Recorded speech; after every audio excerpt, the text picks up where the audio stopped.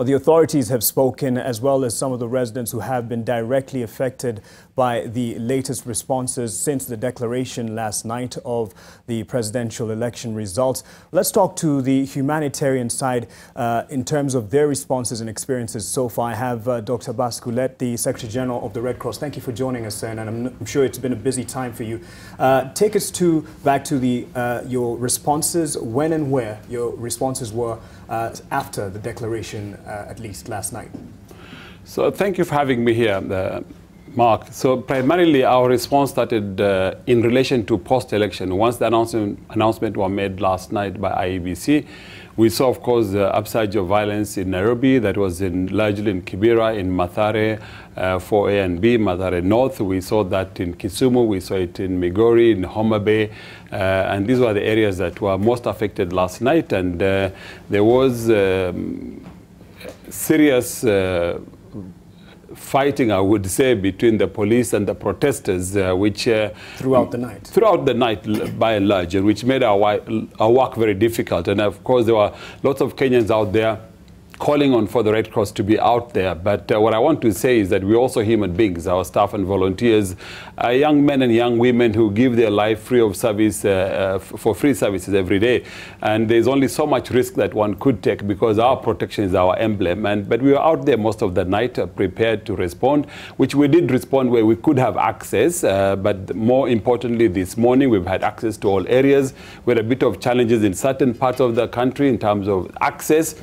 By young people having set up roadblocks, largely on the road from Awendo going all the way to Rongo and Migori, and we saw on the other side in Kisumu, and also to a small extent in Nairobi. But after we talked to the young people, they realized who we were and they allowed us to have access. Right. So throughout the day we've been busy. We're still busy this evening, and we have had about 117 cases that we responded to in Nyanza and in Nairobi in the last 16 or 18 hours. You're mentioning some of the numbers because there have been some allegations here and there and numbers being given in terms of casualties and even fatalities. I mean, NASA says 100 people at least have been killed. The NCCK says at least 18, and even the KNCHR says at least 24.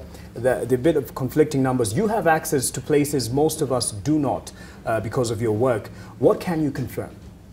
So what I can confirm, Mark, is really, first of all, I want to say from the outset, in terms of managing dead bodies, this and dead body announcement is not our business of the Red Cross, right. The business of the police and the government, and that's their business. I can only confirm that what we have handled, normally we don't handle dead bodies. Even our ambulances internationally, they don't take dead bodies.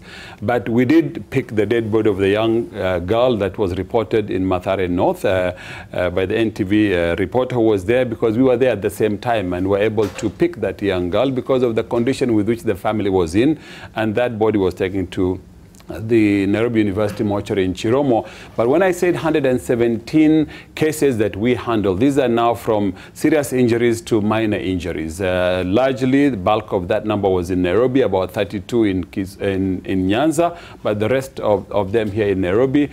From head injuries, multiple fractures, injuries to the ribs, injuries to the arm and bodies, and some where there were tissue injuries to the tissues. So in terms of fatalities or number of dead, I do not have that number. Right. And as I said earlier, we were not looking at dead bodies. We were looking at wounded and injured people that needed pre-hospital care. We've taken quite a number of them to Kenyatta National Hospital, Aga Khan Hospital, MP Shah Hospital, and I'd like to thank the management of these facilities to have opened their doors to receive these Kenyans without even initially asking for any payment. The same thing with Nyanza General Hospital and the hospital in Migori and in Homa Bay. Right. You've said you've handled mostly those who are wounded and injured, and you've described some of the situation. Would you be able to describe, at least give a number of those who had bullet wounds, and because this goes to answer many other questions? Again, there were also, I would say, Mark, one of the things that people were afraid, we got lots of calls telling us there are people with gunshot wounds, come and take them. When we decided to go and look out for them, for a number of reasons, we were told they were afraid to come out for fear that if they were taken to hospital, then they would be arrested by the police. By the virtue, the fact that hospitals will have to report of an injured person with a bullet wound, they would have to legally report it.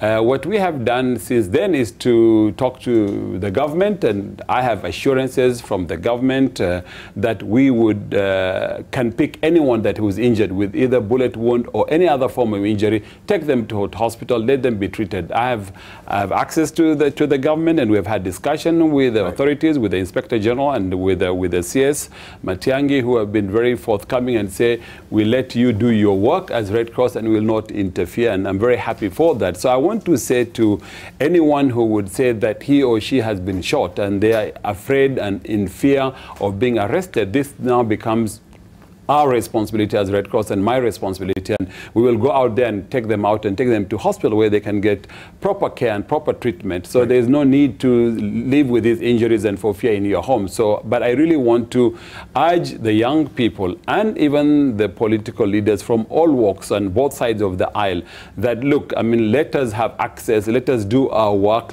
please do not interfere.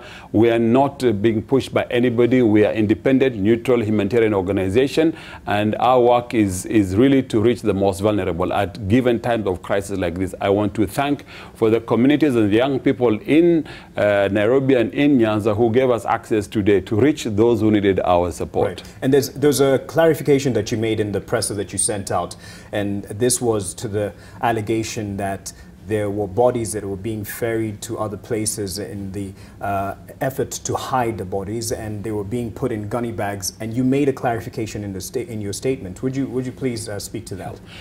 Well, unfortunately, there was a statement made by, I think, the regional police boss in Nyanza about a week ago, and where he said they were prepared and they had body bags prepared, first aid kits and all that as part of their own preparedness.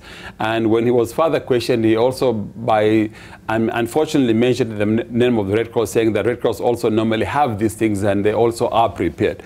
Yes, of course, we're always prepared for any emergencies in the country. No one prays for anyone to be killed. For me, a game of numbers, I don't think is an idea here. Whether 1% or 100%,